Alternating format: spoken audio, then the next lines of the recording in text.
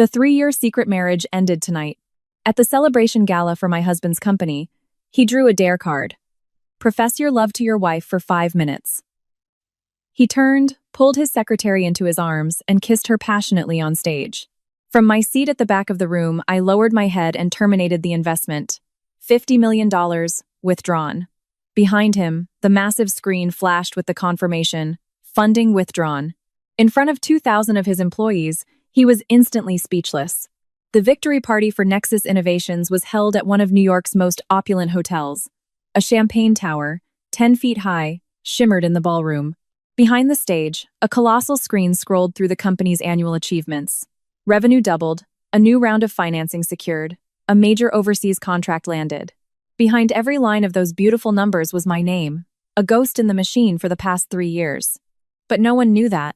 They only knew that Julian Hayes was a young, brilliant CEO who, at 32, had propelled his company into the top 3 of its industry. They also knew he had a capable and stunningly beautiful secretary named Amanda Reed. As for me, I was just a woman in an inconspicuous black dress, sitting in the last row, a temporary guest pass clipped to my chest. The pass read, "Partner's Guest." I glanced at those 2 words and let out a soft, bitter laugh. Guest. How ironic. Julian and I had been legally married for 3 years, our marriage certificate locked away in a safe in his home office. He had always said the company was in a critical startup phase, that announcing our marriage would affect investor perception and expose me to unwanted media attention. In the beginning, I believed him. Later, I understood the truth. It wasn't about protecting me from the press. It was about the fact that I wasn't presentable enough for him. I didn't have a socialite's pedigree. I wasn't poised and articulate in front of a camera. I hated accompanying him to networking dinners and didn't understand the intricate rules of the capital-driven world he inhabited. But he understood my $50 million. 3 years ago, Nexus Innovations was on the brink of a cash flow crisis. I sold the equity from a premarital tech project and, through my own firm, Starlight Ventures, invested the money. I didn't ask for a board seat or a position in the company. I only signed a capital protection agreement. Julian held my hands and promised, "Claire, once the company is stable, I swear I'll tell the world about you." I waited for 3 years. I waited until tonight. He stood on stage, having drawn a dare card prepared by the MC. The MC laughed, reading it aloud. "Wow, Julian, you've got some luck tonight. The challenge is to profess your love to your wife for 5 minutes." The room first fell silent, then erupted in a chorus of jeers and whistles. Julian has a wife? No way. I thought he was single. Then what about Amanda? Do it, profess your love. I looked up at the stage. The spotlight fell on Julian's face. He was wearing the black suit I had personally ironed for him this morning, the cufflinks a birthday gift from me last year. He hesitated for a moment, a brief flicker of uncertainty. I thought he might look for me, even for a single glance. If he had, I might have given him one last chance. But he didn't. He turned his head and looked to the side of the stage. Amanda Reed was standing there in a silver mermaid gown, her eyes glistening. She looked startled by the joke, as if thrust into the spotlight against her will by the collective gaze of the crowd. Julian was silent for 2 seconds, then suddenly smiled. "All right," he said, "let's do it." The room exploded. Amanda covered her mouth, shaking her head as if to say, "No, don't." But Julian walked over, took her hand, and led her to the center of the stage. My own hands, resting on my lap, slowly tightened into fists. The MC shouted dramatically, "Wow, so Julian's wife is actually our very own Amanda Reed?" Julian didn't deny it. He took the microphone and looked at Amanda, his voice low and deep. "These last 3 years have been hard. Thank you for being with me every step of the way to get here." Amanda's eyes welled with tears. Someone from the crowd yelled, "Kiss her!" Julian leaned down. Amanda rose on her toes. They kissed in front of 2,000 employees. Applause, screams, and whistles nearly tore the roof off the hotel. I sat there, and suddenly, everything felt quiet, as if someone had vacuumed all the sound from around me, leaving only the dull thud of my heart hitting the floor. I didn't cry. I didn't rush the stage to confront them. I simply lowered my head, unlocked my phone, and opened the investment management portal for Starlight Ventures. The confirmation page had been open for hours. Tonight was supposed to be the night the second round of funding for Nexus Innovations was deposited $50 million, the startup capital for their new overseas project. Julian knew. He had texted me that afternoon. "Claire, let's make sure the transfer goes through."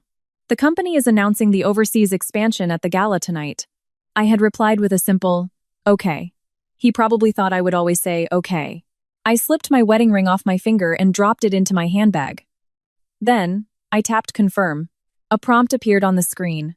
Are you sure you want to terminate the second stage funding for Nexus Innovations and trigger the risk disclosure? I looked at the two people on stage, still locked in their embrace, and pressed yes. The next second, the giant screen behind them flickered. The scrolling list of annual achievements vanished, replaced by a single line of text, so clear it was blinding. Starlight Ventures has terminated the second stage funding for Nexus Innovations. Amount, $50 million. Reason for termination. Core credit risk clause triggered. The roar of the crowd was sliced in half, as if by a knife. Amanda was the first to react, frantically pushing Julian away. Julian spun around to face the screen, his face draining of color. Whispers started to ripple through the audience. Starlight Ventures? Aren't they Nexus's biggest early-stage investor? Weren't they supposed to announce the new funding tonight? Why did they suddenly pull out? Core credit risk. What does that mean? Julian whirled towards the tech booth, his voice cracking. Who put that up there? No one answered, because it wasn't a technician. The presentation system for the gala was something I had helped them set up, connecting it to the investment portal. A few days ago, Amanda had even emailed me, asking me to coordinate an on-screen display of the successful investment for the gala. She had no idea that the person she was emailing was the true controller of Starlight Ventures. She also had no idea that if a success could be projected, so could a withdrawal. Julian stood frozen on stage for a few seconds. Then, as if struck by a thought, his eyes scanned the crowd frantically. I stood up. The lighting in the back row was dim, but he saw me. His pupils contracted violently. I picked up my handbag and turned to walk away. The piercing sound of a dropped microphone echoed behind me, followed by Julian's panicked, uncontrolled voice. Claire Evans. The entire hall fell silent again. It was the first time in 3 years he had ever said my name in a public setting. I didn't turn back. As I reached the ballroom doors, I heard his footsteps rushing down from the stage. My heels clicked against the marble floor, and I didn't pause for a second. Behind me, his employees were murmuring, Claire Evans? Who's that? Why does Julian look so panicked? What does she have to do with Starlight Ventures? Wait, she's not the one, is she? The doors opened in front of me as Julian caught up, grabbing my wrist. His voice was a low, desperate hiss. Claire, don't leave. Not now. I looked down at his hand, the same hand that had just held Amanda. I pried his fingers off, one by one. Mr. Hayes, your wife is still on stage waiting for you. His face went pale. That was a game. The atmosphere. I couldn't let Amanda be embarrassed. I met his gaze. So you let me be embarrassed instead? His throat worked, but no words came out. No one knew you were here. I laughed. So that was the real issue. Not that he had done something wrong, but that he thought no one was there to see it. I took the wedding ring from my handbag and placed it into his suit pocket. They know now. Julian panicked, reaching for me again. I took a step back. And the $50 million wasn't me throwing a tantrum. The agreement is very clear. Article 3. If the primary responsible party of the invested company exhibits significant credit risk, the investor has the right to terminate further funding. He said, his voice strained. How is me kissing Amanda a significant credit risk? I looked at him. In front of 2,000 employees, you acknowledged your secretary as your wife. He opened his mouth but couldn't form a response. At the ballroom entrance, Amanda appeared, holding up the hem of her gown, her eyes red and tear-streaked. Claire, you've misunderstood. Julian was just trying to keep the situation from getting awkward. I turned to her. What did you just call me? Amanda froze. I stepped closer. Since you know my name is Evans, and you know about my relationship with Julian, why did you have the nerve to stand there and accept his profession of love? Amanda bit her lip, tears finally falling. I'm just his secretary. I didn't dare refuse him. I nodded. So now you dare to cry? Her face went rigid. Julian stepped in front of her, frowning at me. Claire, that's enough. This is already a mess. Don't take it out on her. I watched him shield her, and the last shred of empathy I had for him dissipated. Julian, the one making a mess isn't me. I turned and walked away. This time, he didn't immediately follow. A new wave of commotion erupted from the ballroom. Someone shouted, Julian, the board members are blowing up your phone. I stepped into the elevator. In the last second before the doors closed, I saw Julian standing there, his face ashen, the corner of my wedding ring glinting from his suit pocket. He finally understood that I hadn't come to attend a celebration. I had come to collect the corpse of my marriage. The hotel's underground parking garage was nearly empty. I had just reached my car when Julian's call came through. The first time, I declined. The second, I declined again. The third time, he sent a text. "Claire, stop this. I can explain what happened tonight." I looked at the words "stop this" and found it almost funny. For the last 3 years, that was his favorite phrase. When I was upset that Amanda brought him coffee and breakfast in the middle of the night, he told me to stop it. When I discovered Amanda was seated at his right hand at the company's annual dinner while my name wasn't even on the list, he told me to stop it. On my birthday, when he forgot to come home because he was helping Amanda with a client, he told me to stop it. In his eyes, all my grievances were just me making a scene, while all of Amanda's oversteps were just part of her job. I opened my car door. Just as I got in, the passenger door was held shut from the outside. Julian had followed me down. His forehead was beaded with sweat, his breathing ragged. He had clearly run all the way. "Claire, get out of the car. We need to talk." I fastened my seatbelt. "Mr. Hayes, we have nothing to talk about." His brow furrowed at the formal address. "Do you have to be so sarcastic?" I looked up at him. "You wanted a public display, so I cooperated. You wanted your secretary to be your wife, so I let her. What more do you want?" Julian closed his eyes, reining in his temper.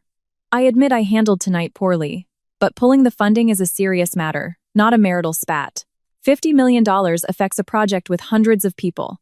You can't be this reckless." "A project with hundreds of people," I repeated. "And what about me?" He stared at me, lost for words. "Is my 3-year marriage?" I asked, enunciating every word, "not a serious matter?" Julian avoided my gaze. "You can't conflate the two." "But you did," I said, pulling a folded document from my bag and handing it to him.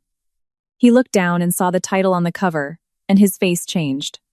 "Second Stage Funding Supplementary Agreement. We had signed this a month ago." I had personally added a clause.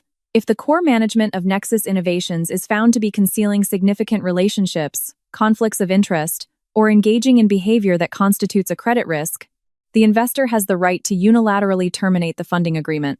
At the time, Julian had barely glanced at it, saying, "I trust you to handle the details." I had even felt a pang of softness then and reminded him, "Julian, credit risk isn't just about business. It includes personal integrity." He had just smiled and ruffled my hair. "My greatest asset is having you." Now, he held the agreement, his fingers stiff. "Today," I said, "you publicly acknowledged Amanda as your wife and kissed her. There were 2,000 witnesses. Do you think the investor should continue to trust you?" Julian's face was grim. "You are the investor." "Correct," I said, looking him in the eye. "And I no longer trust you." A flicker of genuine panic finally appeared in his eyes. "Claire, you can't do this. If the company goes under, you know what the consequences will be." "I know," I said, inserting the key into the ignition. "That's why I only withdrew the second stage funding. I didn't recall the first stage investment, nor did I immediately initiate proceedings for breach of contract damages." I met his stunned gaze. "Consider it my final courtesy to you." The word courtesy seemed to sting him. He slammed his hand on the car door. "Courtesy? You call flashing a funding withdrawal notice in front of 2,000 people a courtesy to me?" I laughed. "And what do you call kissing Amanda in front of 2,000 people? A courtesy to me?" He was speechless. Just then, Amanda caught up to us in the garage. She was wearing Julian's suit jacket, her eyes still red. Seeing me, she approached, her voice soft. "Claire, I know you're angry right now, but the company truly can't lose this funding. You can blame me, but please don't blame Julian." I looked at the jacket she was wearing. I had bought it for Julian last winter, specifically choosing one with a cashmere lining because he was always working late. It looked quite suitable on Amanda's shoulders. I got out of the car and walked toward her. "You said the company can't lose this funding?" Amanda nodded, a tear trembling on her lash. "The overseas project has already launched. Julian has been under immense pressure. Tonight, he'd had a bit to drink and was just going along with the crowd. He didn't mean to hurt you." "And what about you?" I asked. She froze. "Were you sober?" I pressed. "You were sober when you stood by the stage in your evening gown. Sober when you let him lead you to the center. Sober when you accepted that 5-minute profession of love." and sober when you stood on your toes to kiss him. I watched her face pale. Miss Reed, you weren't forced. You've been waiting for this chance for a long time. Amanda's tears finally fell. She turned to Julian. Julian, I didn't. Julian reflexively moved to comfort her. I watched his hand on her arm, and my heart, instead of aching, felt nothing but a dull sense of disgust. In the past, it would have hurt. Now, it just felt dirty. Julian frowned at me. Claire, Amanda has been through a lot tonight, too. You don't need to push her like this. I nodded. Then you should take care of her. I pulled out my phone and opened the vehicle authorization app. The black Bentley Julian drove was registered under my premarital company. I had always granted him usage rights for his convenience. In front of him, I revoked the authorization. Julian's phone pinged. He glanced down and saw the notification. Vehicle access revoked. His face darkened. What is the meaning of this? It means what it says. I then opened our joint family account and canceled the automatic monthly transfer for the upkeep of his family's estate. Next, I went into the property management system and deleted the long-term visitor access for his family to our condominium. Julian watched my every move, his eyes finally filling with rage. Claire Evans, do you have to be this calculating with me? I'm not being calculating, I said, putting my phone away. I'm just starting. His chest heaved as he fought to control his voice. All of this? Over a single kiss? I looked at him. It's not about a single kiss. It's about 3 years. After I said that, the garage fell silent. Julian seemed to want to say something, but no words came out. Amanda suddenly spoke in a soft voice. Claire, you're going to destroy Julian's career. Whatever problems you two have as a couple, you can discuss them at home, behind closed doors. But pulling the funding in public, what will people think of him? I let out a short laugh. When you were playing his wife in public, did you ever stop to think what people would think of me? Amanda's face turned ashen. I walked back to my car and closed the door. Julian once again blocked my path. You're not leaving tonight. I rolled down the window. Julian, if you don't move, I'm calling the police. He looked at me in disbelief. I'm your husband. Not for long. His expression changed completely. I started the car. He remained standing in front of it, unmoving. I didn't honk. I just watched him. Finally, it was Amanda who tugged at his sleeve. Julian, the board members are still waiting for you. Julian closed his eyes and stepped aside. I drove away. In the rearview mirror, he stood frozen in place, with Amanda, wearing his jacket, standing close beside him. A scene like that, in the past, would have kept me up all night. But tonight, I just rolled down my window and let the night air rush in. My phone buzzed again. A message from my lawyer, David Carter. Divorce agreement is drafted. See you tomorrow at 9 a.m. I replied, okay. After a moment, I added another message. Also, please compile a complete record of all transfers over the past 3 years. David replied with a single word, ruthless. I watched the red light ahead and smiled faintly. Not ruthless. Just that from now on, I was done giving anyone a discount. It was 1 a.m. when I returned to our home. The penthouse apartment was on the riverfront, a location Julian loved. When we bought it, his company was short on cash, so I paid the down payment. To protect his pride, we put both our names on the deed. When his mother found out, she said I was a considerate woman. He had said, that's how women should be. After marriage, you shouldn't be so fixated on money. Putting both names on it makes it feel more like a real home. I had smiled then and didn't argue. Now I stood in the foyer, looking at Julian's and my slippers placed side by side in the shoe cabinet, and felt a profound sense of alienation. The first thing I did after changing my shoes was take down the wedding photo from the wall.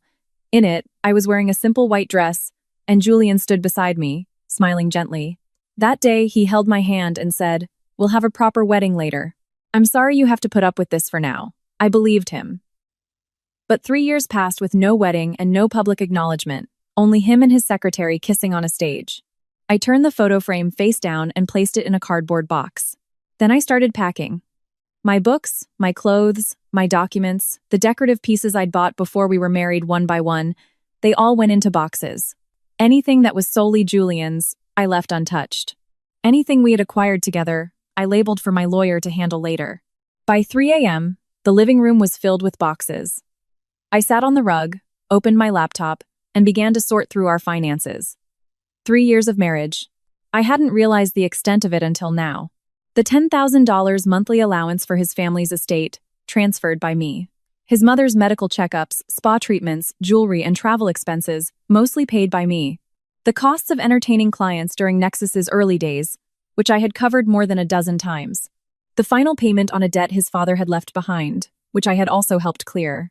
I had never thought these expenses were important, because back then, I considered them family. Now, looking at the long list of transactions, I finally understood. When sincerity is not cherished, it becomes an invoice others take for granted. Just before dawn, the lock clicked. Julian was home. He smelled of alcohol, his eyes were bloodshot, and his suit was heavily wrinkled. He stopped short when he saw the boxes in the living room. "What are you doing?" "Packing my things," I said without looking up. He walked over and saw the financial records and the divorce agreement on the coffee table. His face darkened. "Claire, you stayed up all night just to calculate all this?" "Yes," I said, printing the last transaction record. "Exactly 3 years. The accounts are very clear." Julian picked up the binder and flipped through a few pages. The more he read, the uglier his expression became.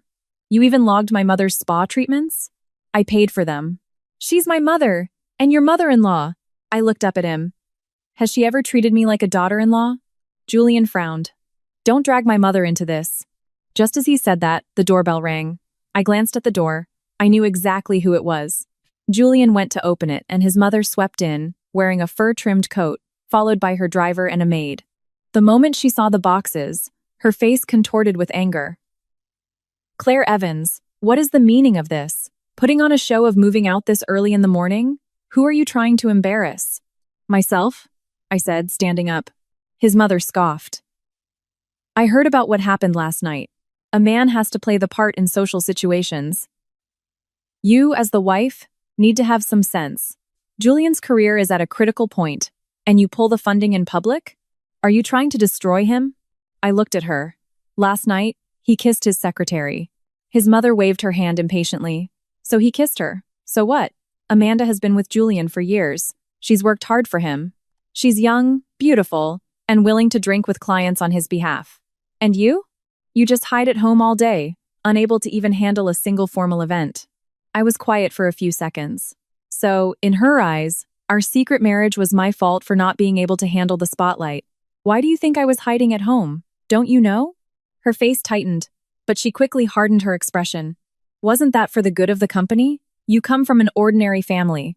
If your relationship was public, people would just gossip about Julian's poor taste." "Mom," Julian cut in, his voice low. But his mother didn't think she was wrong. It's the truth. Amanda is different. An Ivy League graduate, she knows her etiquette. She and Julian look so good together. If you hadn't caused a scene last night, everyone would have had a wonderful time. I looked at Julian. He avoided my eyes. In that moment, I lost the energy to even question him.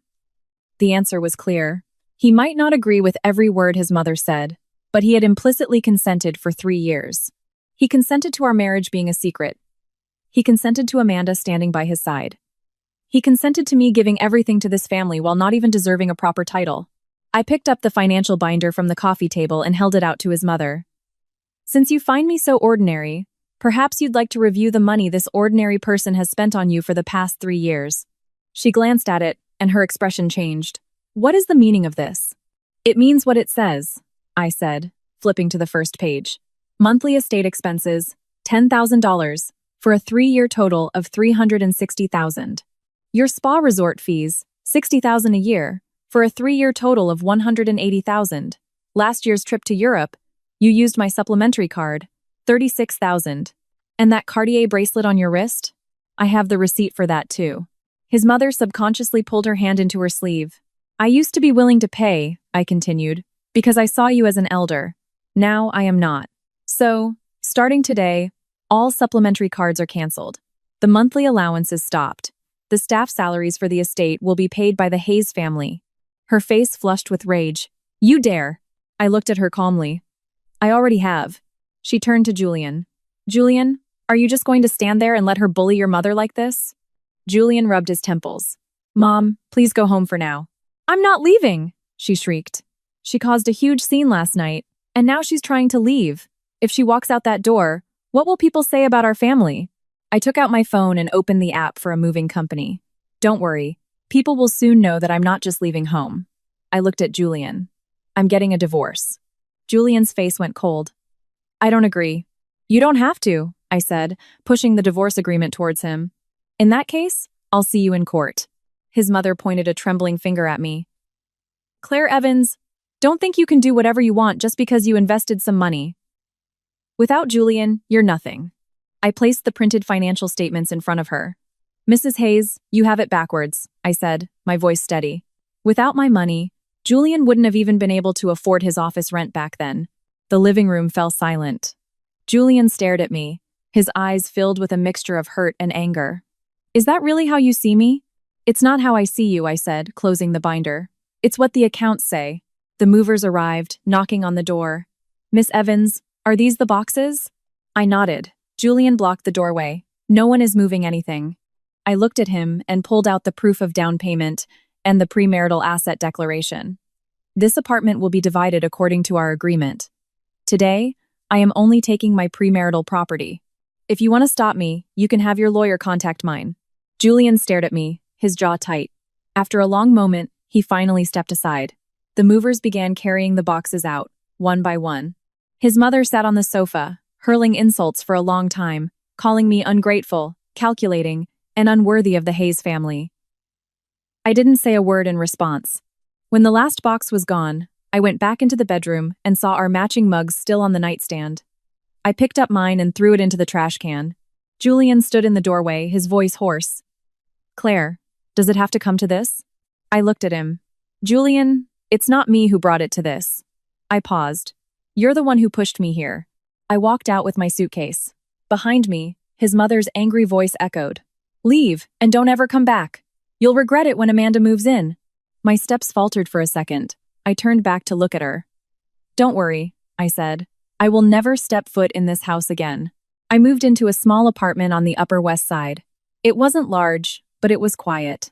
There were no surprise calls from Julian's mother, no stench of alcohol when Julian came home late, and no accidental work photos sent by Amanda. I had the most peaceful night's sleep in 3 years. The next morning, I woke up to dozens of unread messages. 12 were from Julian, progressing from let's talk calmly to you're going to regret this, and finally, at 3 a.m., where are you? I didn't reply to a single one. Amanda had also sent a message. Claire, the Hayes family is having a dinner tonight. Mrs. Hayes would like you to come. Let's just talk things out so Julian isn't caught in the middle. I laughed at the message. She was using his mother's tone to project a hostess's authority. I replied with 2 words. Send address. Amanda quickly sent the location of the family estate. I wasn't going to reconcile. I was going to retrieve the last of my things. Inside the family safe were the insurance policies for a set of jewelry I had bought for his mother, as well as the final clearance documents for the debt I had paid off for Julian's father.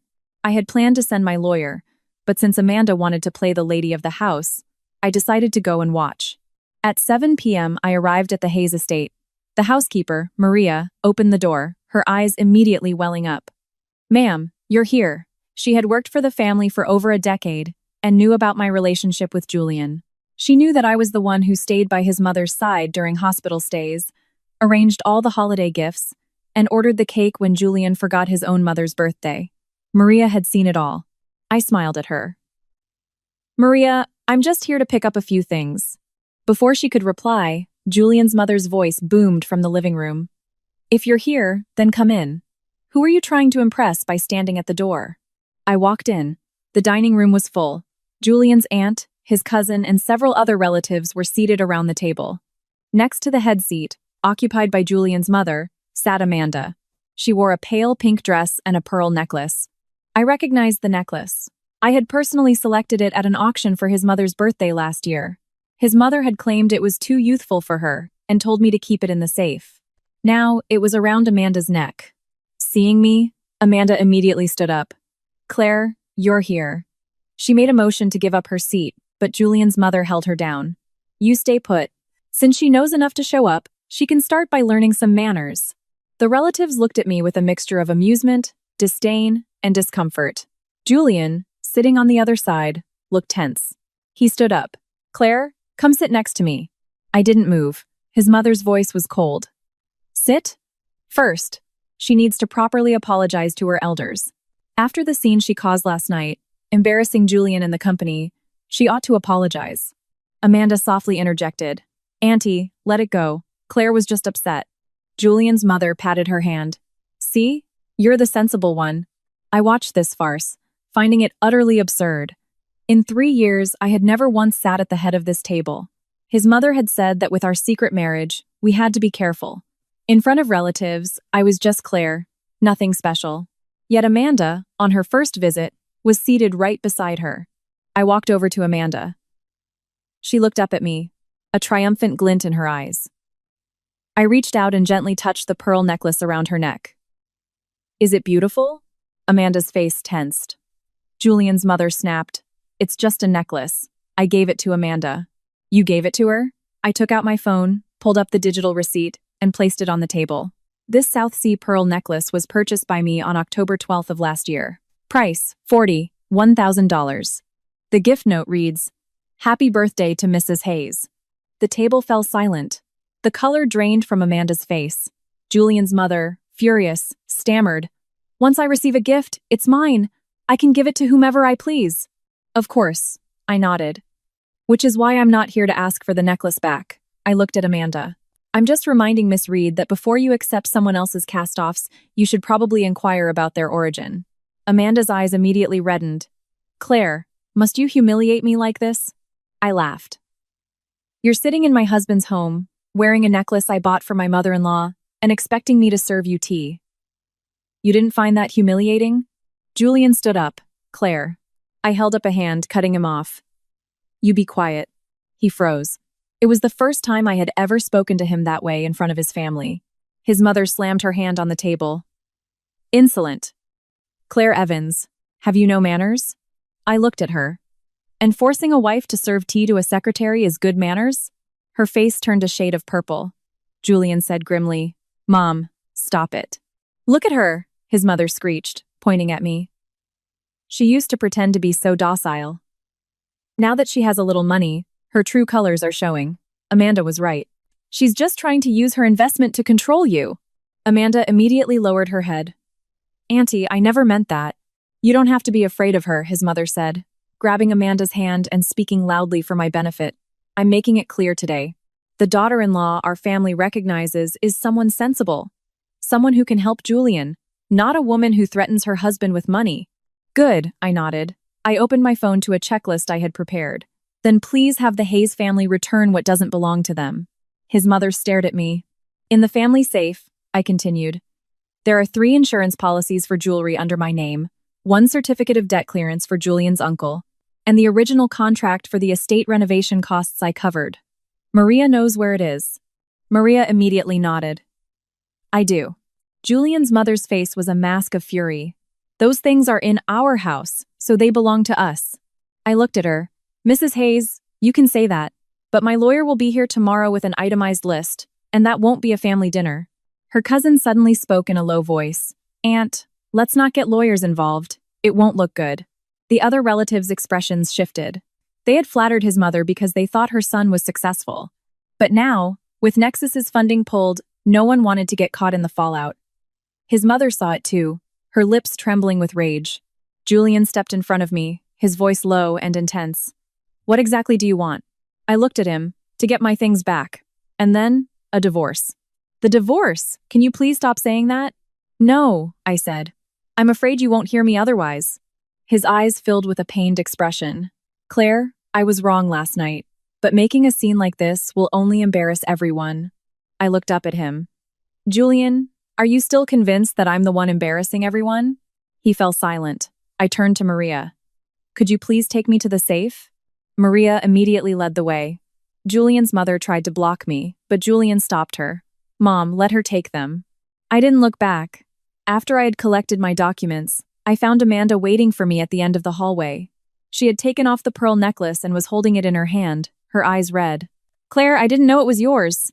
I looked at her. You knew. She flinched. Not only did you know, I said, you deliberately wore it for me to see. She bit her lip, silent. I took a step closer. Amanda, you want to be Mrs. Hayes. You don't have to play the victim and step on me to get there. She suddenly whispered, But you've already lost, haven't you? I stopped. Amanda lifted her head, her eyes no longer tearful but cold. He wouldn't publicly acknowledge you, but he was willing to pull me on stage. So what if you have money? You're not the one a man actually wants to show off. Her words were venomous. In the past, they would have pierced me. But now, I just smiled. You're right. Amanda stared, stunned. And that's why, I said. I don't want that man anymore. I turned and walked towards the door.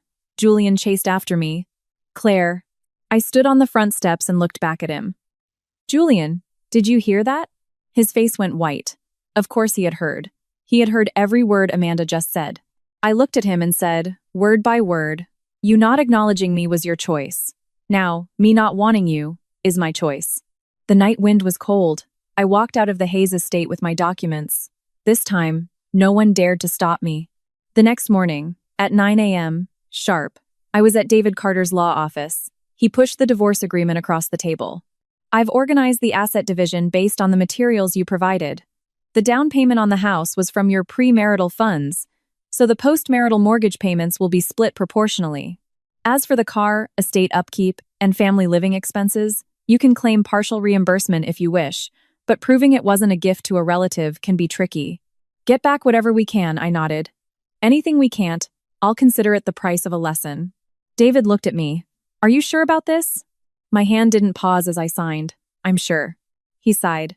You were too patient before. I told you so many times. A secret marriage isn't the problem. The problem is, he made you invisible. I finished signing the last page and put down the pen. So now, I'm done being patient. David smiled. Good. Then we'll proceed accordingly. That afternoon, a legal notice was delivered to Nexus Innovations. At the same time, the divorce papers were sent to Julian. Less than 10 minutes later, his call came. I didn't answer. He sent a text. Claire, what is the meaning of sending a lawyer to my company? A divorce is a private matter. Do you have to make a scene at my office? I want to see you right now. I read the demanding messages and replied with a single sentence. Contact my lawyer. Half an hour later, Julian showed up at my apartment building. The concierge called me, saying a Mr. Hayes was waiting in the lobby. I didn't want to go down, but David had advised me. You can't hide forever. You can see him, but don't go upstairs alone, don't accept any gifts, and don't make any verbal promises. When I went downstairs, Julian was standing by the lobby's floor-to-ceiling windows. He had changed his clothes and styled his hair, but the exhaustion in his eyes was unmistakable. He walked over immediately. Claire? I stopped a few feet away from him. What is it? He glanced at the concierge and security guard nearby and lowered his voice. Let's go outside to talk. There's no need. His brow furrowed. Do you have to humiliate me here? I laughed. So now you're familiar with the feeling of humiliation? Julian's breath caught. He took a moment to compose himself, his voice softening. I can apologize for everything that happened. I can even understand you pulling the funding because you were angry. But not a divorce. Why not? We've been married for 3 years, not 3 days. I looked at him. So you do remember it's been 3 years. His face paled. In those 3 years, I asked, did you ever once acknowledge me publicly? Did you ever once bring me to a company event? Did you ever once defend me when your mother belittled me? Julian finally spoke. It's not that I didn't defend you. I just didn't think it was necessary to escalate the conflict. I nodded. So you always chose to let me be the one to swallow it. His expression flickered. When Amanda posted pictures on social media implying you spent the night together, I swallowed it. When your mother said I wasn't fit for high society, I swallowed it. When you took her to a client meeting on my birthday and let the dinner I cooked go to waste, I swallowed that too. I looked at him. Julian, I'm not emotionless. I just used to love you. His throat bobbed. And now? Now I don't. The 3 words hit him like a slap. His face turned hard. Don't say things you don't mean. I mean it, I said, holding out a copy of the divorce papers. Sign them. Julian didn't take it. He stared at the document and let out a bitter laugh. Claire, do you really think I'm scared of you because you pulled $50 million? I didn't answer. His voice turned cold. Don't forget, the first $50 million is already in the company's accounts. If the company suffers losses because you suddenly pulled the second round, the board of directors won't just let you walk away. Do you really think you can get out of this unscathed? I looked at him. So, when tenderness didn't work, he resorted to threats. The last bit of hesitation in my heart was snuffed out by his own hand. Julian, You were the one who signed the agreement. When I signed it, I didn't know you would use it against me like this. And when you kissed your secretary, I retorted, you didn't know you would be doing it in front of the whole world? His face was a mask of fury. The receptionist at the front desk was pretending to look at her computer, but her ears were practically twitching. Julian seemed to realize he was losing his composure. He lowered his voice. Claire, I didn't come here to fight. Then sign the papers. I have nothing more to say to you, other than to sign. I thought for a moment. Actually, I do. His eyes lit up. Return the keys to the apartment, the spare car keys, and all my supplementary credit cards, I said. The light in his eyes died instantly. Are you in that much of a hurry to cut ties with me? He asked quietly. Yes. Julian stared at me for a long time without speaking. Finally, he crumpled the divorce agreement in his hand. I won't sign. Then we'll go to court, I said calmly. He sneered. You think a judge will grant a divorce over a single kiss? No, I said, looking at him. But separation, emotional breakdown, property disputes, concealment of marital status, and long-term emotional distress will all serve as evidence. Julian's eyes hardened. You've really prepared for this. You taught me, I said. The first thing I learned in 3 years with you is that promises are worthless compared to what's written in black and white. He looked stung, his voice turning hoarse. Was I so bad to you in the beginning? When the company was at its lowest, was I the one eating instant noodles with you every day, or were you the one eating them with me? I smiled. So you do remember I was there with you. He froze. But after you became successful, I said softly. The first person you brought on stage wasn't me. The lobby was silent except for the hum of the air conditioning. Julian's eyes started to redden. I just wasn't thinking. I nodded. You weren't thinking about me. His hands, hanging at his sides, slowly clenched into fists. Just then, his phone rang. He glanced at the caller ID and ignored it. I saw the name, Amanda. A moment later, a text from her lit up his screen. Julian, the board members are all here. They're waiting for you to explain the funding withdrawal. I can't handle this on my own. I averted my gaze. You should go. Your secretary needs you. Julian gripped his phone tightly. Claire, don't use that tone with me. I turned and walked towards the elevator. You're going to regret this, he called out behind me. I stopped but didn't turn around. Julian, the biggest regret of my life was believing, 3 years ago, that you would ever publicly acknowledge me. The elevator doors opened. I stepped inside. Before they closed, I saw him standing there, still clutching the crumpled divorce agreement. He thought I wouldn't be able to let go. But he didn't know that the moment that screen lit up at the gala, I had withdrawn my sentiment along with my money. An emergency board meeting for Nexus Innovations was scheduled 2 days later. I wasn't supposed to attend. The termination notice had been sent, and my lawyer had submitted the official explanation. But Julian said something in the meeting that changed everything. The funding from Starlight Ventures was a form of internal spousal support, not a standard investment. Claire Evans is simply acting out over a domestic dispute. The board need not panic. When David forwarded me the meeting minutes, he was furious. He's trying to reframe your legitimate investment as a marital spat, turning a corporate credit risk into a domestic issue. I read the sentence without any emotion. This was classic Julian. When he needed my money, I was an investor. When he had to face the consequences, I was a temperamental wife. I replied to David, request to make an official statement to the board. At 3 p.m., I walked into the headquarters of Nexus Innovations. I had been to this building many times, but always through the underground garage, using Julian's private elevator to avoid being seen. Today, I walked in through the front door. The receptionist looked at me, puzzled. Ma'am, who are you here to see? I handed her my business card. She looked down and saw the words, Claire Evans, Principal, Starlight Ventures. Her expression changed instantly. Within a minute, the head of administration came down to personally escort me. On the way up, many employees stared, their eyes filled with shock, curiosity, and a hint of embarrassment. I knew the company's internal forums had been buzzing for days. Some said I was Julian's secret wife. Others said I was the jilted benefactor. Some even claimed I was using my money to force a marriage, and that Julian had turned to Amanda out of desperation. I offered no explanation. Some things are best saved for the most appropriate stage. The boardroom was on the 26th floor. When the doors opened, the room was full. Julian was at the head of the table, with Amanda standing behind him, looking pale. When he saw me, Julian's brow furrowed. What are you doing here? Before I could speak, David placed the authorization documents on the table. As the principal of Starlight Ventures, Miss Evans has the right to provide clarification on the matter of the funding termination. The board members exchanged glances. An older director immediately said, "Please, Miss Evans, have a seat." As I sat down, Amanda leaned over and whispered to Julian, "Julian, this wasn't on the agenda." I looked at her. "Miss Reed, who prepared the agenda?" She froze. "I did." "Then you should remember that there was another item on the original agenda for that night. Second stage funding confirmation display." Amanda's face turned a shade paler. I placed a printed email on the table. "This is the email you sent to Starlight Ventures' contact address, requesting our cooperation for an on-screen display of the successful funding at the gala." The directors immediately turned to look at Amanda. She stammered, "I was just following Julian's instructions. I didn't know that Miss Evans was." "You didn't know who I was, that's fine," I cut her off. "But you knew Starlight Ventures was a formal investor." I produced another document. "This is the first stage investment contract and the second stage supplementary agreement.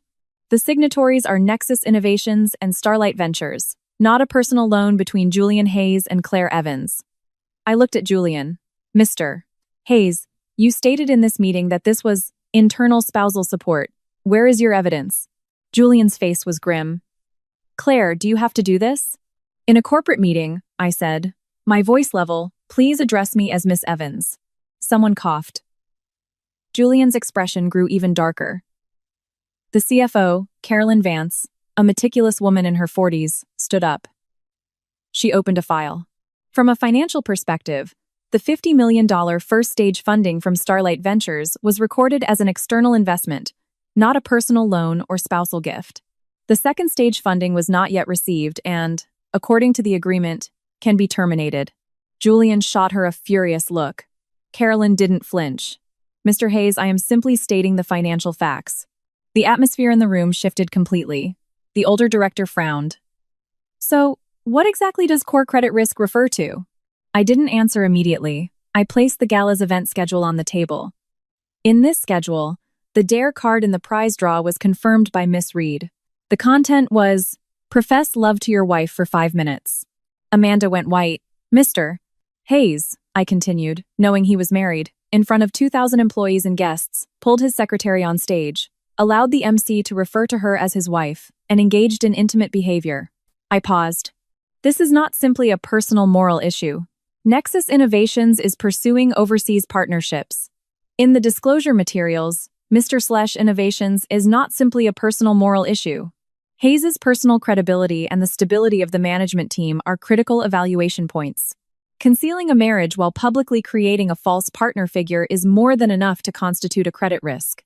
The room was so quiet you could hear a pin drop.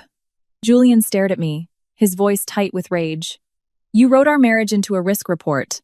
I looked at him. "You turned our marriage into a risk." Amanda suddenly spoke up. "Miss Evans, Julian never confirmed I was his wife. The situation was chaotic. The MC was just joking." I turned to her. "Then why didn't you deny it at the time?" Amanda's eyes welled up. I was afraid of ruining the mood." I laughed. "You were afraid of ruining the mood, so you let me, his actual wife, watch you two kiss from the audience?" Her face grew even paler. A director asked quietly, "Mr. Hayes, have you really been married for 3 years?" Julian didn't speak. His silence was the answer. Another director's face soured. "Why was such a significant relationship kept secret from the company?" "That is my private life," Julian finally said. "Concealment is a private matter," I retorted. "Passing off your secretary as your wife is a public one." In the boardroom, some of the looks directed at Amanda changed. She finally started to panic, turning to Julian. "Julian, I really didn't mean to. I was just swept up by the crowd." For the first time, Julian didn't immediately defend her. I saw it, but felt no satisfaction. I knew he wasn't suddenly enlightened. He had just realized that defending her now came with a price. Before the meeting ended, the board requested a written explanation from Julian and suspended Amanda from all involvement in the overseas project. Amanda's face was ashen. Julian's was no better.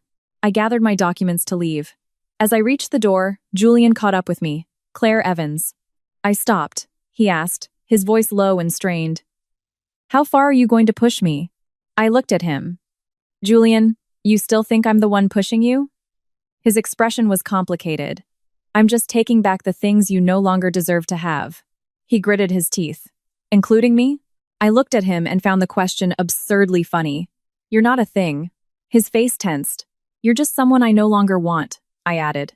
I turned to leave. Just as the elevator doors were about to close, Amanda rushed forward. Claire Evans, we need to talk. She had dropped the sisterly act. I held the open door button and looked at her. Fine. She stared at me, her eyes full of resentment. Do you think you've won? I didn't come here to win a fight against you, I said calmly. Then why are you trying to destroy me? I laughed. Amanda, that's not what you were saying when you were sitting in the seat of honor. The elevator doors slowly closed, leaving her standing outside, her face twisted in a mask of rage. I knew she wouldn't let it go that easily. Sure enough, at 10 p.m. that night, the company's internal chat groups exploded. A photo of me was posted with the caption, "This is the secret wife who pulled $50 million and is trying to force Julian's hand." After the photo was posted, the group was silent for a few seconds before messages started flooding in. So, that's Claire Evans? She looks pretty ordinary. So Julian really is married. Did she pull the funding because she was jealous of Amanda? If the project fails, what happens to our bonuses? The narrative was quickly hijacked. Someone claimed I had always controlled Nexus's finances, working from the shadows to manipulate Julian. Another said Julian and Amanda were the real love story, and I was using my investment to hold the marriage hostage. Someone even said I had deliberately projected the withdrawal notice at the gala to force his hand.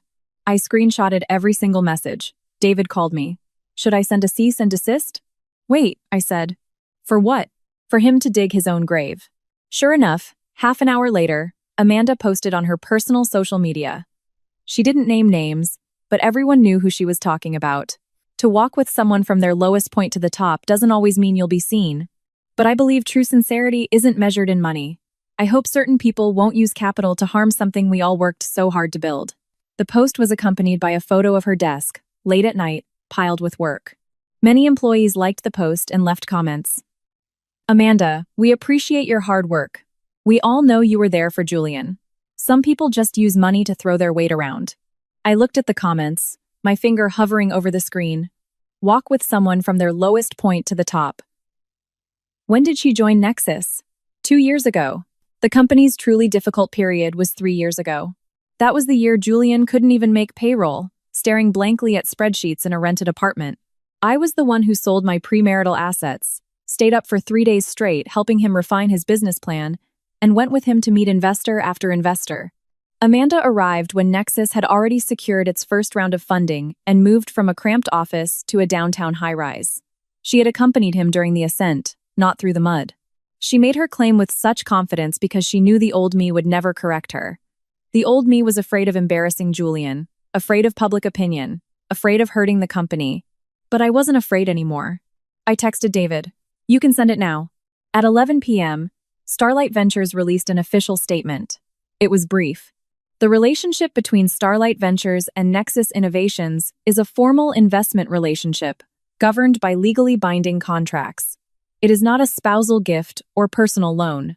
The termination of the second stage funding was based on the invested party's core leadership publicly fabricating a spousal identity, concealing significant relationships, and thereby triggering a credit risk event. Starlight Ventures reserves the right to pursue legal action against any parties responsible for spreading defamatory rumors. The statement was accompanied by 3 images: the key page of the investment agreement, Amanda's email requesting cooperation for the gala's on-screen display, and a redacted copy of my and Julian's marriage certificate showing the date of registration. No emotion, just facts. Half an hour later, the sentiment in the company chat groups had shifted. So Claire Evans really is his wife. What was that social media post from Amanda about? She only joined 2 years ago. That kiss at the gala was seriously out of line. If it were me, I'd pull the funding too. Julian really messed this one up. Amanda's post was quickly deleted. Julian called me. I answered. His first words were, "Take down the statement." I sat by the window, watching the traffic below. Why? His voice was tight with anger. You posted our marriage certificate for the whole world to see my private life as a joke. It was redacted. It's still our private business. I laughed. So now you understand that marriage is private? You didn't seem to think so when you were letting your secretary play your wife. He was silent for a few seconds, then changed his tone. Claire, I know you're hurt, but this is going to cause chaos within the company. The company isn't in chaos, I said. The illusion you created is. He breathed heavily on the other end of the line. I didn't ask Amanda to make that post. I know. I'll handle her. You don't have to tell me. You really don't care at all anymore? I listened to the exhaustion in his voice, and my heart felt not pain, but a desolate emptiness. Julian, when I did care, you didn't handle her. His voice was rough. I thought you would understand. I understood for 3 years, I said. Now it's your turn to understand that I no longer want to. The line went quiet. After a long moment, he said quietly, I'm coming to see you tonight. Don't. We have to talk. Before I could answer, my doorbell rang. I looked through the peephole. It wasn't Julian, it was Amanda. She stood in the hallway in a white coat, her face pale, but her eyes sharp. I said into the phone, Your secretary is here. Julian's voice changed. Don't open the door. I hung up. I didn't let Amanda in, but I buzzed open the building's outer security door, speaking to her through the intercom. She stared up at the camera. Are you satisfied now? Miss Reed, I said. That's a question I should be asking you. She laughed. Claire Evans, you really think you're so clever, don't you? Using contracts to pressure him, your status to pressure me, your money to pressure the company. I didn't say anything. She stepped closer to the entrance, her voice low. But do you know what? Julian doesn't love you. He's just grateful. He married you back then because the company was about to collapse, and you had the money. I looked at her on the monitor. If anyone else had said that, it might have hurt. But coming from Amanda, it just sounded desperate. Did he tell you that? Amanda's eyes flickered. Everyone at the company can see it. He never takes you anywhere, but he takes me to meet clients, to dinners, to stand by his side. You're the one who's redundant. I nodded. So you want to take my place? She didn't deny it. I'm a better fit for him. A better fit as his secretary or as his wife? Amanda sneered. At least he's willing to let me stand in the light. I looked at the camera and said, my voice clear and cold, Amanda. Standing in the light doesn't make you the light. It can also just be something dirty being illuminated. Her expression changed. I sent a file to her phone, a copy of the legal notice. You disseminated my photo in a private company forum and implied I was using capital to harm the company. That constitutes defamation and invasion of privacy. You have until 10 a.m. tomorrow to issue a public apology. She gritted her teeth. You'd sue me? You can try me. Panic finally crept into her eyes.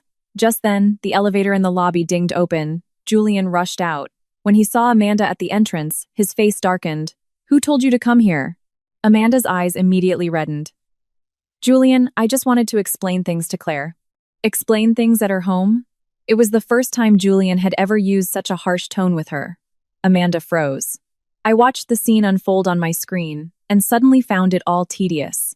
A boundary drawn too late isn't a defense. It's damage control. Julian turned to my camera. Claire, open the door. There's no need, I said through the intercom. His eyes were bloodshot. I want to talk to you. I looked at him on the screen.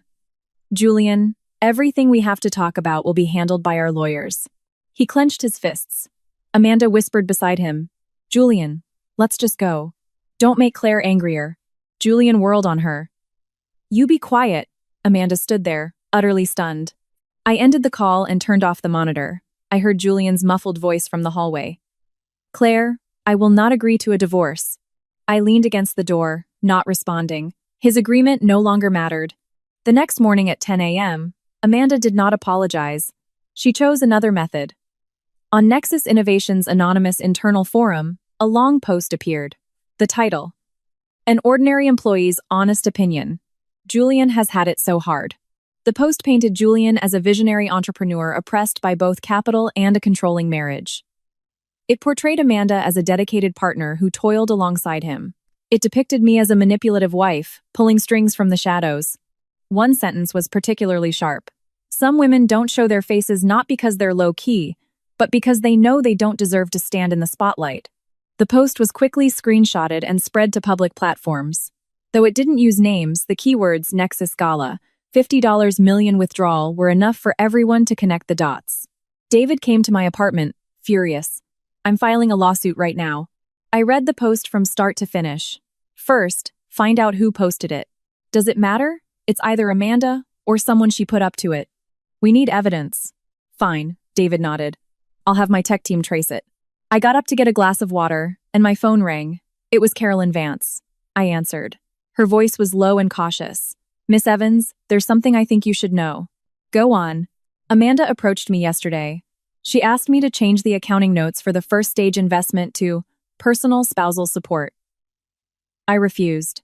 My fingers tightened around my glass. Is there a written record of this? She sent me an internal message. Can you provide it? Carolyn was silent for a few seconds. Yes, but I don't want to get involved in a personal dispute. Carolyn, I said, this isn't a personal dispute. She asked you to falsify financial records. The line went quiet. After a moment, she said, I understand. Half an hour later, Carolyn sent me the chat logs. Amanda's message was carefully worded. Carolyn, Julian's feeling is that the Starlight funding is being misinterpreted externally. Is there a way we can rephrase it in the internal materials? Something like spousal support or temporary bridge loan. Carolyn's reply was blunt. Financial records cannot be altered. Amanda had replied, It's a difficult time. We're all just trying to do what's best for the company. I forwarded the screenshots to David. He understood immediately. She's walking right into it. At 2 p.m., Starlight Ventures released another statement, this time with a much harder edge. It stated that the anonymous online post contained severe falsehoods and that certain individuals had attempted to misrepresent the nature of the investment to mislead the public and obstruct the legal process. Starlight had preserved all evidence and would pursue legal action against the poster and anyone who shared the content. Simultaneously, Carolyn Vance, in her capacity as CFO of Nexus, submitted a written report to the board of directors detailing the attempt to alter financial records. The report wasn't made public, but news of it spread like wildfire within Nexus. The company chat groups exploded. Who asked Carolyn to change the records? Okay, this is definitely not a relationship issue anymore. Amanda wasn't at work today. I heard the board summon Julian. I actually felt sorry for Amanda before, but now I feel like I was used. You know, Claire Evans has never once resorted to name-calling. She's just presented facts. That last comment got a lot of likes. I looked at the screen, my heart calm. I used to think the truth would reveal itself. I now understood that the truth doesn't walk. You have to drag it out and put it on display for everyone to see. That evening, Julian came. This time, he didn't ring the bell. He texted me from downstairs. I'm outside. I won't come up. Can you come down for 10 minutes? I didn't want to see him, but he sent a second text immediately after. It's about Amanda. I'll give you a full account. I replied, I don't need it. He wrote back, what about us? I stared at that question for a long time before finally going downstairs. It wasn't because my heart had softened. It was because some things needed to be said, face to face, once and for all. Downstairs, by the flower beds, Julian stood under a streetlight. He was holding a bouquet of white roses. Seeing me, he visibly relaxed. Claire, I looked at the flowers. You remembered wrong. I don't like white roses. He froze. I like sunflowers, I said. I used to have a pot of them on the balcony of our old rental. Julian had complained it took up too much space, promising that when we got a bigger place, he'd plant a whole field for me. Later, when we moved to the riverfront penthouse, the balcony was filled with the orchids his mother loved. The sunflower pot was thrown out during the move. Julian's hand holding the flowers tightened. I just thought, white roses are for apologies. Apologies don't require flowers, I said. They require action. He said quietly, Amanda has been suspended. The anonymous post, I'll have it investigated. If it was her, I won't protect her. And if it wasn't, I asked. He hesitated. I'll find out who it was. Good, I nodded. I turned to leave. Claire, he called out, his voice urgent. That's not all I wanted to say. I stopped. He took a step closer, his voice hoarse. I've been thinking a lot these past few days. I neglected you. I let you suffer. The secret marriage. I admit, I was selfish.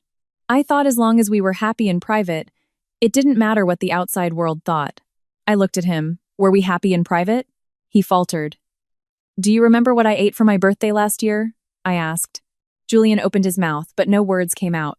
You don't, I said. You were at a client dinner with Amanda. I ate a bowl of instant noodles by myself. His eyes filled with panic. I got you a gift later. The bag your assistant bought. His face grew even paler. Claire. Julian, Your idea of being happy in private was you having someone waiting at home, someone to iron your clothes, someone to take care of your mother, and someone to bail out your company. But what about me? His eyes were red. I know that now. He reached for my wrist. I glanced down at his hand, and he immediately let go. I'm sorry.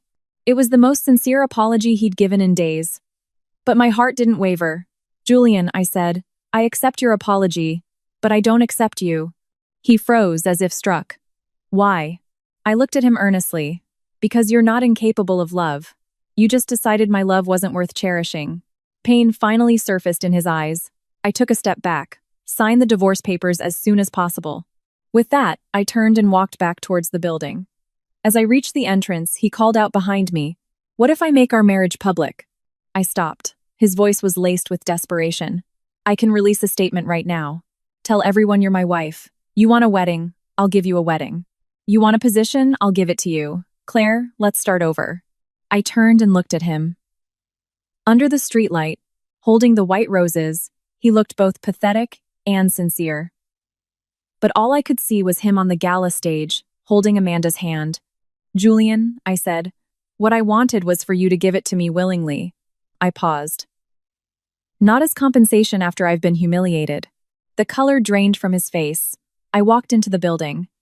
Before the elevator doors closed, I heard the sound of the bouquet hitting the ground. The next day, Julian actually released a statement. The official Nexus Innovations account posted, Mr. Julian Hayes is married. His wife is Miss Claire Evans. The relationship was previously kept private for personal reasons, which caused harm to Miss Evans, for which Mr. Hayes expresses his deepest apologies. The short statement immediately trended online. The company chat groups were in an uproar. He actually did it. So what was Amanda then? This apology feels kind of forced.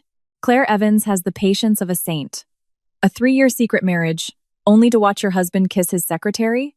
Who could stand that? 10 minutes after the statement was released, Julian texted me. I made it public. I stared at the 4 words, feeling nothing. He was like a student who had turned in his homework 3 years late, still expecting the teacher to praise him for his effort. I replied with only one sentence. The divorce proceedings remain unchanged. He called immediately. I didn't answer. That afternoon, David accompanied me to the city clerk's office to inquire about the divorce cooling-off period. Since Julian wouldn't sign the papers, we couldn't file for an uncontested divorce, but if he was willing to cooperate, we could at least submit the initial application today. I didn't expect him to be there. At the entrance to the office, Julian was standing on the steps. He was alone, no secretary, no driver. When he saw me, he walked over, his voice hoarse. I thought you wouldn't come. I'm always on time, I said. He gave a bitter smile. He used to say that about me too. Every time he lost track of time in a meeting, I'd be waiting downstairs 10 minutes early. Every time his mother had a checkup, I'd have the car and doctor arranged on time. Every time a company document needed his signature, I'd have it prepared in advance. I was always on time. He was just never on time to meet me. We walked into the hall, took a number, filled out the forms, and waited. The entire process was so quiet, we didn't seem like a couple on the verge of divorce.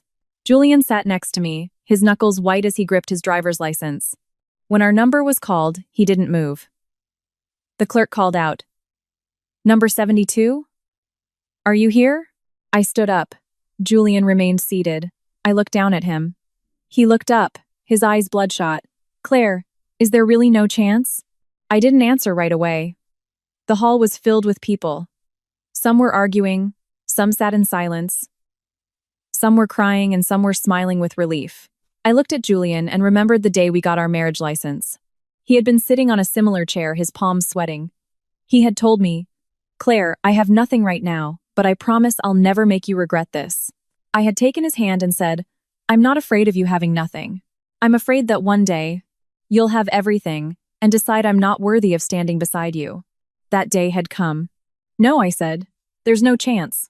The light in Julian's eyes went out. He slowly stood up.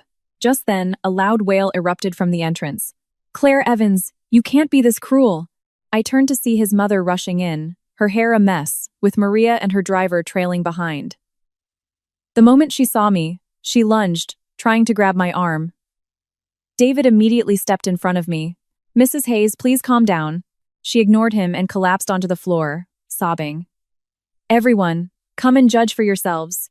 My son worked so hard to build his company, and his own wife, instead of helping, is now trying to divorce him and pull her money out.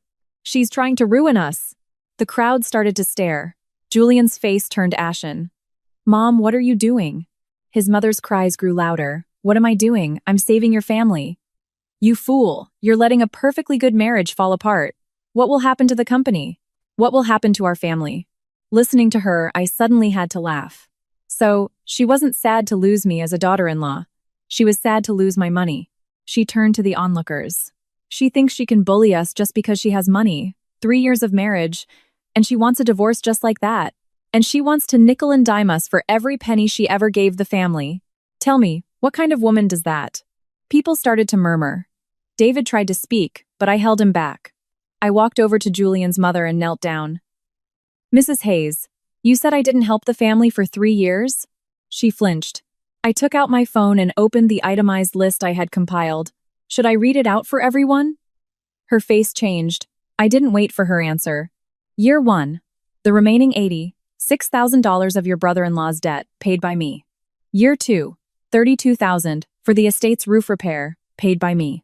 The surgery, nursing care, and rehabilitation costs for your fall, totaling $61,000, paid by me. Your monthly allowance of $10,000, which I never missed for 3 years. The crowd grew quiet. His mother's lips trembled. That was your duty. I used to think so too. I nodded. I stood up. So I did it for 3 years. But how did you treat me? I looked at Maria.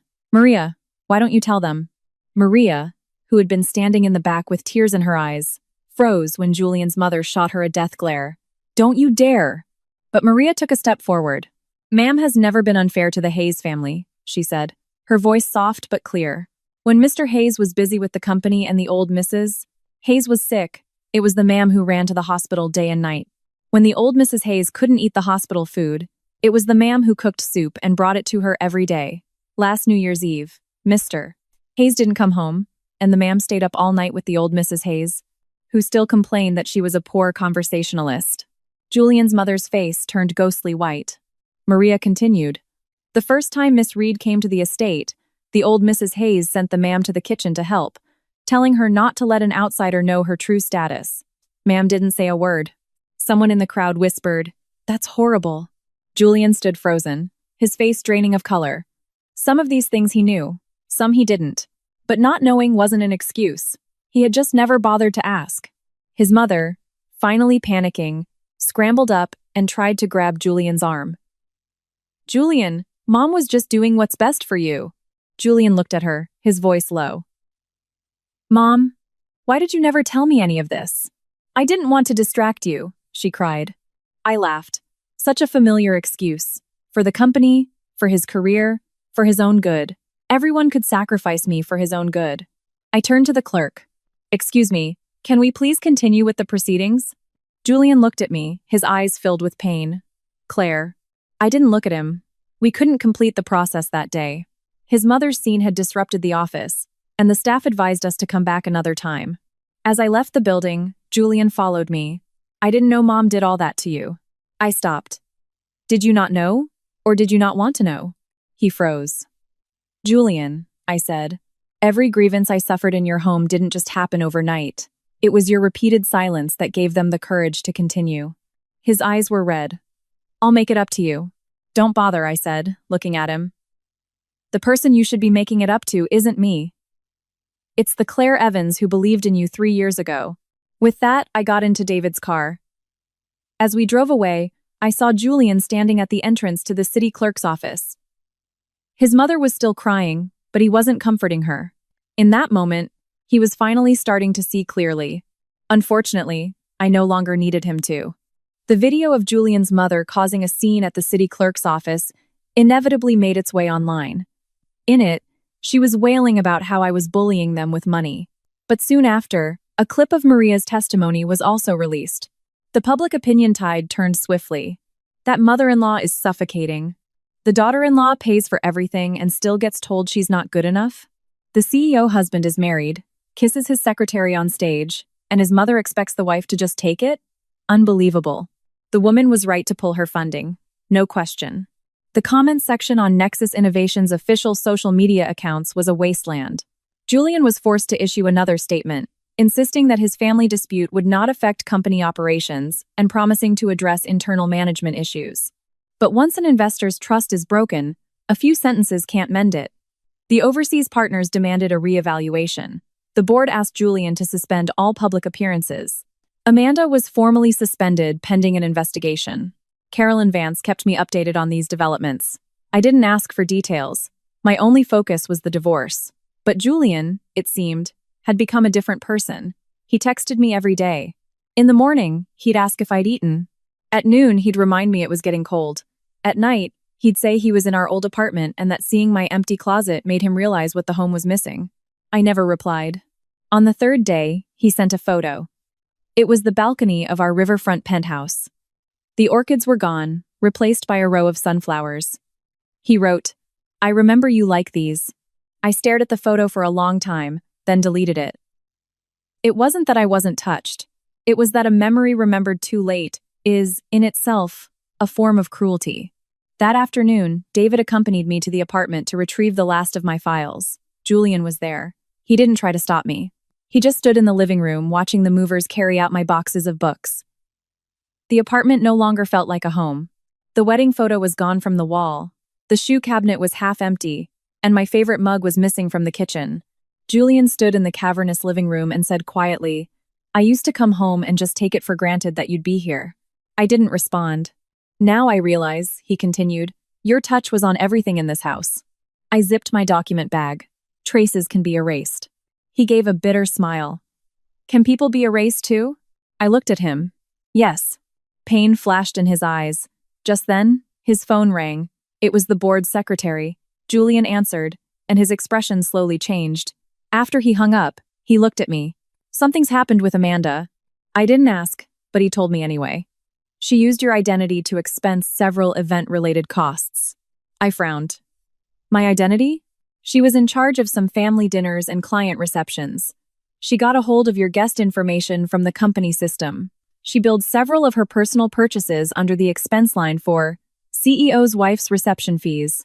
I understood instantly. No wonder some of the gifts Julian's mother had given Amanda had shown up on the company's expense reports. Amanda didn't just want my position. She was secretly using the privileges that came with being Mrs. Hayes. Julian's voice was low. "Carolyn found it. The amount isn't huge, but the nature of it is serious." I looked at him. "And I'll handle it," he said. "This is a company matter, and it's also evidence of how she wronged you." I almost laughed. "Julian, you're only now looking for evidence?" His face went pale. I turned to leave. He suddenly picked up an envelope from the coffee table and handed it to me. The spare keys to the apartment, the car, and the supplementary cards. I took it and checked the contents. Everything was there. "I haven't used any of them," he said quietly. "Thank you for your cooperation," I said. He laughed self-deprecatingly. "Is that all we have left between us? Cooperation?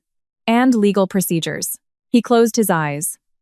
"Claire, I know you won't come back easily, but can't you just not sentence me to death so quickly?" I looked at him calmly. "I'm not sentencing you to death. I'm just leaving you." The words seemed to freeze him in place. I walked to the door. Just as I was about to open it, his mother burst in. I don't know where she got the news, but she looked haggard and disheveled. The moment she entered, she broke down in tears and grabbed my hands. "Claire, Mom was wrong." I was stunned for a second, then took a step back. Julian was also shocked. "Mom, get up." His mother wouldn't move. She cried. "It was all my fault before. I was mean. I looked down on you. Please, don't divorce Julian. Don't pull the money. Mom is begging you." I watched her kneeling on the floor. In the past, I would have panicked. I would have helped her up, my heart softening. Now, all I felt was exhaustion. "Mrs. Hayes, you don't have to do this." She shuffled forward on her knees, trying to grab the hem of my pants. I moved away. "I know you're hurt," she wailed. "That little tramp, Amanda, I'll never let her in this house. From now on, you're my only daughter-in-law.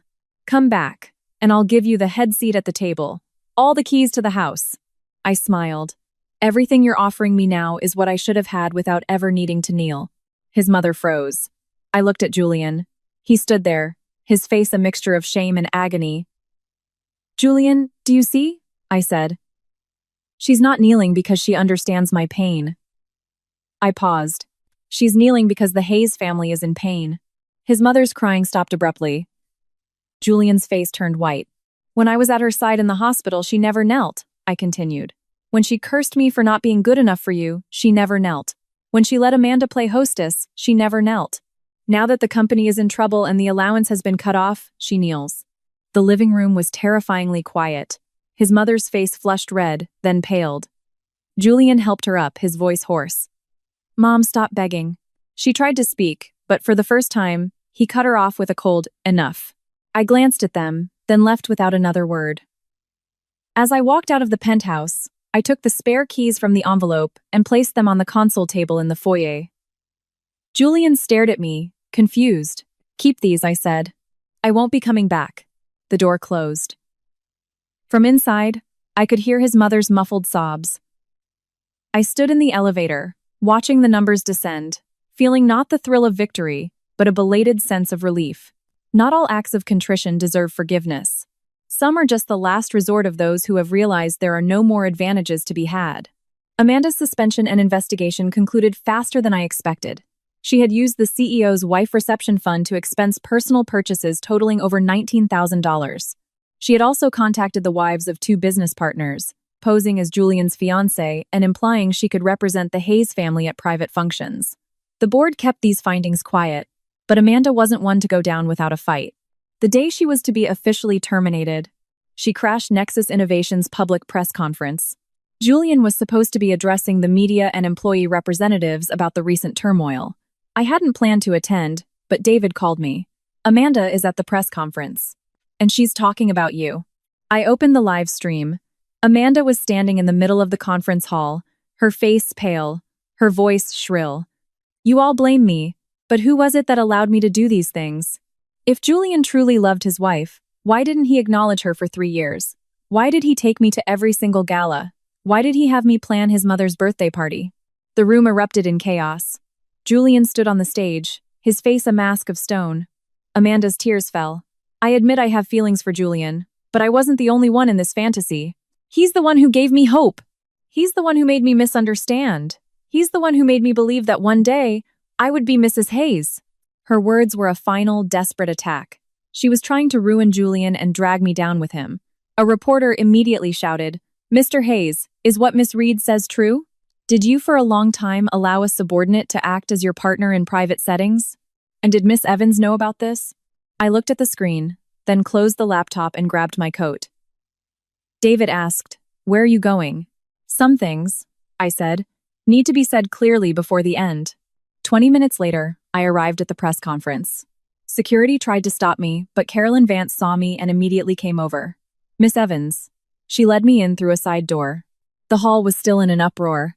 Amanda was crying in the aisle, and Julian stood silently on the stage. The moment I appeared, every camera turned to me. Amanda saw me, and a flicker of malicious glee crossed her face. She probably thought I would break down, that I would scream and shout and join her in making the scene even uglier. I didn't. I walked onto the stage and took a microphone. Julian looked at me, his expression complex. "Claire," I didn't look at him. I addressed the audience. "I have only 3 things to say." The room slowly quieted. First, it is true that Julian and I were secretly married for 3 years. The idea was his. I accepted it, and I came to regret it. The responsibility for that lies with no one else but the 2 people in our marriage. Julian's face went white. Second, I continued, Amanda was not an innocent party who was misled. She knew Julian was married, yet she repeatedly participated in private functions in an intimate capacity and accepted a so-called profession of love at the gala. As for her use of my identity to expense personal items, Nexus already has the investigation materials. Amanda shrieked, "You're lying!" I glanced at Carolyn, who handed the evidence to a technician. The large screen behind the stage displayed several payment receipts. The private details were redacted, but the expense descriptions and the actual purchases were clear. Amanda's face turned ashen. A murmur went through the crowd. She really did use the CEO's wife's name for expenses? This isn't just a mistress trying to get ahead. This is identity theft. Unbelievable. Amanda looked frantically at Julian. Julian, say something. You knew about those things. You approved them.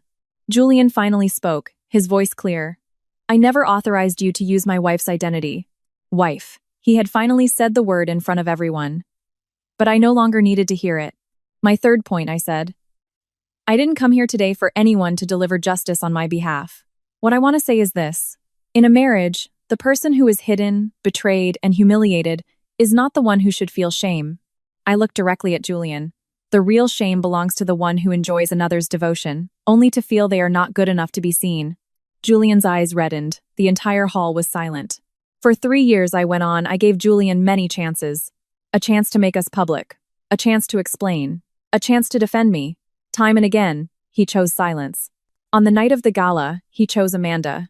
And in doing so, he made my final choice for me. A reporter asked, Miss Evans, so does this mean you will forgive Mr. Hayes? I held the microphone, my answer clear and unwavering, no. A collective gasp went through the room. Julian looked as if he had expected it, but hearing the words still made him physically flinch. I looked at the cameras. I accept his apology, and I accept the facts. But I will not spend the rest of my life rewarding a man for an awakening that came too late. I put down the microphone. Julian suddenly grabbed my hand. This time, his grip was gentle, as if he were afraid of hurting me.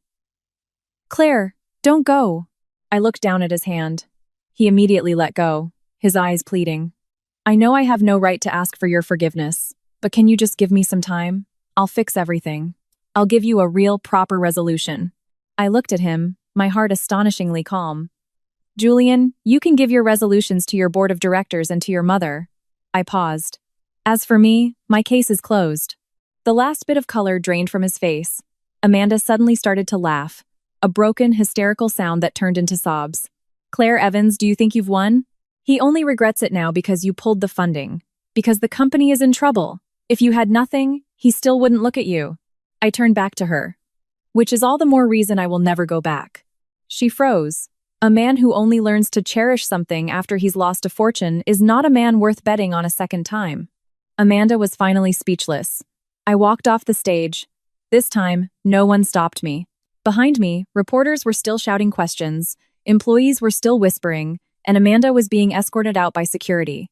Julian stood on the stage, as if he had lost the ability to speak. As I walked out of the conference hall, the sun was shining. A text from David popped up on my phone. Brilliant. Next step, get that divorce finalized. I replied, yes. This long overdue public acknowledgement had finally come to an end. Not with Julian admitting I was his wife, but with me admitting I was no longer his. A month later, the mandatory waiting period ended. Julian finally agreed to an uncontested divorce. The day we signed the final papers, he was much thinner than the first time we went to the city clerk's office. His suit was still impeccable, but he had lost his former air of certainty. He read the agreement over and over, as if to stall for time. I didn't rush him. David sat beside me and gently reminded him, Mr. Hayes, all the clauses were confirmed last week. There are no new additions. Julian nodded. Just before the tip of his pen touched the paper, he looked at me. Claire, after I sign this, are we really done? There's still the asset division process, I said. He gave a bitter smile. You know that's not what I mean. Of course I knew, but I didn't want to engage. He bowed his head and signed his name. The moment the ink dried, I felt no pain, only the quiet click of a door finally closing. The clerk processed the documents. During the 10-minute wait, Julian spoke quietly. Amanda has left the company. We're suing her for the misappropriated funds. I've also clarified everything with the board. Good, I said. My mother moved to her villa in the suburbs. I've let go of most of the staff at the estate, but I kept Maria. She said she wanted to stay. That's nice. The overseas project is still in negotiation. It will be harder without Starlight's funding, but the company won't collapse. I wish you success. He looked at me, a bitter sadness in his eyes. Is that really all you have left to say to me? Polite pleasantries? I didn't deny it. The greatest distance between two people isn't arguing. It's when I can calmly wish you well, but no longer have any desire to walk that path with you. The clerk handed us our finalized divorce papers. The stack of stamped documents felt as light as a feather. I took mine and put it in my bag. Julian held his, staring at it for a long time. When we walked out of the building, A light rain was falling. He opened his umbrella and instinctively tilted it towards me. I took a step back and opened my own. His hand froze in midair. "Claire," he said, his voice quiet. "Is there something else?" He took a small box from his pocket. Inside was my wedding ring, the one I had placed in his suit pocket on the night of the gala. He had kept it. "This is yours." I didn't take it. "Throw it away." His hand trembled. It was our wedding ring. "That's why it should be thrown away." His eyes instantly reddened. "I can't." I looked at him, my voice soft. "Julian, your sentimentality is your own business. Don't use it to tie me down anymore." He lowered his head, his hand tightening around the box. The rain pattered on our umbrellas. After a long moment, he asked, "Can I see you again sometime?" I shook my head. "There's no need." He closed his eyes. "What if one day I really have changed for the better?" I smiled faintly. "Then be a better person. Don't come looking for me to prove it." He stood in the rain and didn't follow me as I turned and walked towards the street where David's car was waiting. Before I got in, I glanced back. Julian was still standing in front of the building, holding the ring, as if clutching a piece of time he could never get back. I felt no pity. The car started, and the rain-streaked window slowly blurred his image away. Half a month later, the second-stage funding from Starlight Ventures was fully returned to my accounts. I didn't reinvest in Nexus. Instead, I used a portion of the money to establish a small foundation to support female entrepreneurs. It wasn't to prove a point. It was because I had been at my lowest, and I knew what it felt like to be belittled, to be unseen, to be consumed. I also rented a new studio for myself. It wasn't large, but it was filled with light. A row of sunflowers lined the windowsill. Maria called me once. She said Julian's mother had fallen ill, and after recovering, her temper had mellowed. She no longer mentioned Amanda, or called me ungrateful. She also said that Julian had removed all the orchids from the penthouse balcony and planted it full of sunflowers. I listened and just said, "I wish them well." Maria sighed. "Ma'am, he really does regret it." "Maria," I corrected her, "please call me Claire from now on." The line was quiet for a few seconds before Maria's voice came back, choked with emotion. "All right, Claire." After hanging up, I sat by the window, watching the sunlight on the flower petals. My phone still received the occasional text from Julian. He no longer begged me to come back. He would just mention, sometimes, that the company had overcome a challenge, that his mother had had a checkup, that he had passed by the little noodle shop we used to go to. I never replied. Eventually, the text stopped. Life was finally quiet. One evening, while organizing old belongings, I found a photo from 3 years ago. In it, Julian and I were standing on the balcony of our old rental, a small sunflower in a pot behind us. We were poor then, but I was smiling so happily. I looked at it for a long time, then fed it into the paper shredder. The sound of the paper being cut into tiny pieces was soft, like a long overdue farewell. I didn't deny that I had loved him, nor did I deny that my past self had been earnest, clumsy, brave, and full of love. But cherishing who I was didn't mean I had to sacrifice my future for it. The next day, I wore a bright yellow dress and went to the first meet and greet for my new foundation. The audience was filled with young women. Some had just seen their startups fail. Some had been betrayed by business partners. Some were being pressured by their families to give up and get married. I stood on the stage looking at them and suddenly thought of myself on the night of that gala.